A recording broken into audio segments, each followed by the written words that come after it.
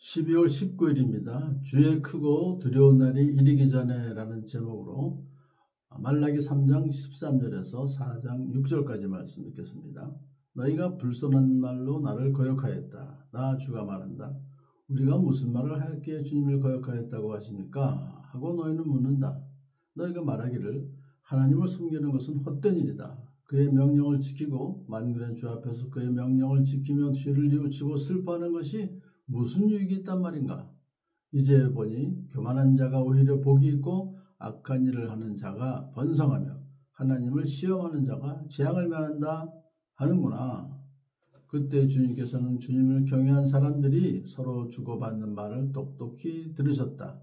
그 가운데서도 주님을 경외하며 주님의 이름을 존중하는 사람들을 당신 앞에 있는 비망록에 기록하셨다. 나 만군의 주가 말한다.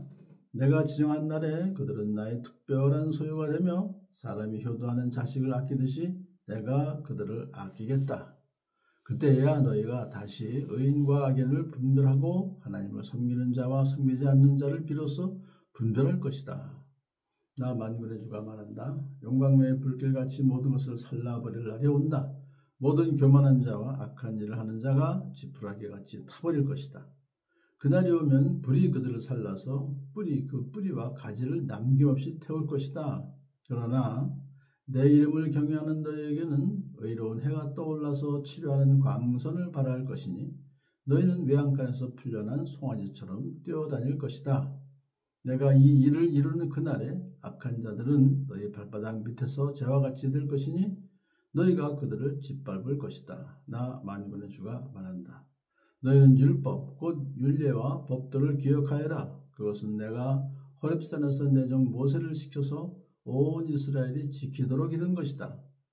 주의 크고 두려운 날이 이르기 전에 내가 너에게 엘리야 예언자를 보내겠다. 그가 아버지의 마음을 자녀에게로 돌이키고 자녀의 마음을 아버지에게로 돌이킬 것이다. 돌이키지 아니하면 내가 가서 이 땅에 저주를 내리겠다. 아멘. 바벨론 포로에서 이스라엘로 돌아온 그 유다 백성들의 삶은 척박했죠. 또 원래부터 거기에 좀 자리를 잡고 있던 사람들은 이미 많은 부를 누리고 또 그들은 하나님을 전혀 믿지 않는 사람들이지만은 이 하는 일이 잘 되는 것 같아요. 근데 자기들은 하나님의 그 성전이 있는 곳으로 성전도 만들고 했지만은 자기들의 삶이 형편이 피어나지 않잖아요. 그러니까 자꾸만 이제 유대인들이 하나님께 불순한 말로 이렇게 말합니다. 하나님을 섬기는 일은 헛된 일이야. 그의 명령을 지키고 만군의 주 앞에서 그의 명령을 지키며 죄를 뉘우치고 슬퍼하는 것이 도대체 무슨 유익이 있단 말이야. 그거 아무리 해봐야 소용이 없어. 이제 보니까 교만한 자가 오히려 복이 있고 악한 일을 하는 자가 번성하며 하나님을 시험하는 자가 재앙을 면하는구나 라고 그들이 하나님을 거역하는 것이죠. 비아냥거리면서. 자, 그때에 주님께서 그 가운데서도 주님을 경외하며 주님의 이름을 존중하는 사람들은 하나님께서 비망록에 기록하셨다. 생명책이니까 구원받는 그런 사람들이죠. 그런 참 하나님을 거역하는 그런 사람들 속에서도 하나님을 경외하는 주님의 이름을 여호와 주님의 이름을 존중하는 사람들이 있다는 것이죠. 그래서 하나님께서는 내가 지정한 날에 그들은 나의 특별한 소유가 되며 사람이 효도하는 자식을 아끼듯 내가 그들을 아끼겠다. 그 날, 여기서 지금 이제 여기서 말하고 있는 내가 지정한 날이 언제냐? 그래? 주님의 날도 되고요. 또 주의 크고 두려운 날은 이제 그 다음에 이제 앞으로 더 미래에 관한 것이지만 여하튼 주님의 날이라고 하는 것은 결국 예수님이 오시는 그날, 예수님 오셔서 이제 십자가 달려 돌아가시고 하는 그 신약 시대를 여기서 말하지 않나 싶어요. 그러면 예수님 믿고 특별한 하나님의 소유가 되죠. 그리고 하나님께서 아끼시죠. 그 예수 믿는 사람들을. 그때야 너희가 다시 의인과 악인을 분별하고 하나님을 섬기는 자와 섬기지 않는 자를 비로소 분별할 거야. 왜냐하면 그 전까지는 이제 지금 예수님 오시기 400년 전 이야기니까요.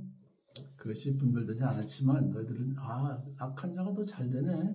라고 하는 생각을 하지만 결국은 그 때가 오면은 악인과 의인을 분별해서 어떻게 되는지를 보게 될 거야 라고 말하면서 이제 그 마지막 때가 될 때에 주님의 날이 또 온단 말이죠. 그때가 되면 용광로의 불길같이 모든 걸 살라버릴 날이 온다.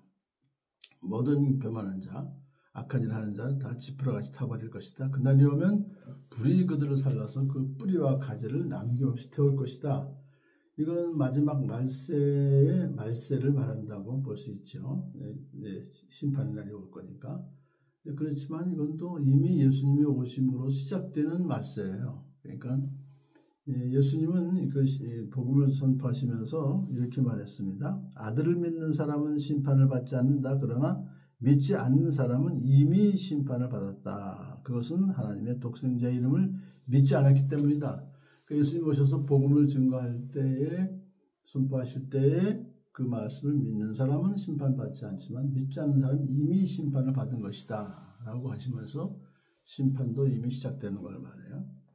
자, 그래서 그 날이 오면 그렇게 될 것인데, 그러나 심판을 한쪽에서는 받지만 그러나 내 이름을 경외하는 너에게는 의로운 해가 떠올라서, 내 이름을 경외한다는 것은 결국 이제 예수를 믿는다는 식으로 말하면 되겠죠. 너희에게는 의로운 해가 떠올라서 치료하는 광선을 발할 것이니, 이게 이제 그 병든 자를 향해서 치료하는 광선을 바란다 이렇게 우리가 이해할 수 있지만 좀 더 포괄적으로 이거는 영적인 그런 의미로서 또 우리가 해석할 수가 있어요. 그래서 이제 우리가 알고 있는 누가복음 1장 78절 79절을 보게 되면은 그는 해를 높이 뜨게 하셔서 어둠과 죽음의 그늘 아래에 앉아있는 사람들에게 빛을 비추게 하시고, 그러니까 결국 그 어둠의 세력과 모든 고통에 있는 사람들을 자유케 해준다. 너희는 외양간에서 풀려난 송아지처럼 뛰어다닐 것이다. 그러니까 자유롭게 된다는 것이죠. 그렇게 깡충깡충 뛰어다닌다는 거예요. 그러니까 그렇게 하나님께서 예수님이 오셔서 그렇게 해주시는다. 그날에 내가 그 일을 이루는 그날에 악한 자들은 결국은 지금 너희들이 볼 때 승승장구하는 것 같은 그들은 결국은 그날이 될 때에 그들을 너희가 짓밟게 될 것이다. 하나님께서 그렇게 해주실 것이다. 그런 뜻이죠. 자, 그러므로 여기서 이제 그 말씀을 해주시면서 주의 크고 두려운 날이 이르기 전에 그러면 어떻게 될 것인가 하면은 결국은 이제 율법, 곧 율례와 법도를 기억하여라. 그러면 기억하여라. 그 다음에 지켜라. 모세 언약이죠. 십계명과 그 율법을 온 이스라엘이 지키도록 이런 것이기 때문에 기억하고 지키는 그런 삶을 살아라. 그리고 이제 여기서 마지막 그 종말이 오기 전에 엘리야 예언자를 보내겠다라고 이제 이사 전체 선지서의 마지막이 결국은 뭐냐면 세례 요한을 보내시겠다 그겁니다. 엘리야 예언자가 세례 요한이죠. 여기서 앞으로 보낼 그 예언자가 세례 요한입니다. 그래서 세례 요한이 와서 회개하라, 천국이 가까웠다라고 하면서 아버지의 마음을 자녀에게로 돌이키고 자녀의 마음을 아버지에게로 돌이킬 것이다 라고 하는 것은 결국은 이제 회개하면 하나님께서 하나님의 언약을 다시 회복시키셔서 우리 믿는 자와 하나님은 서로 하나가 될 것이다. 화목하게 될 것이다.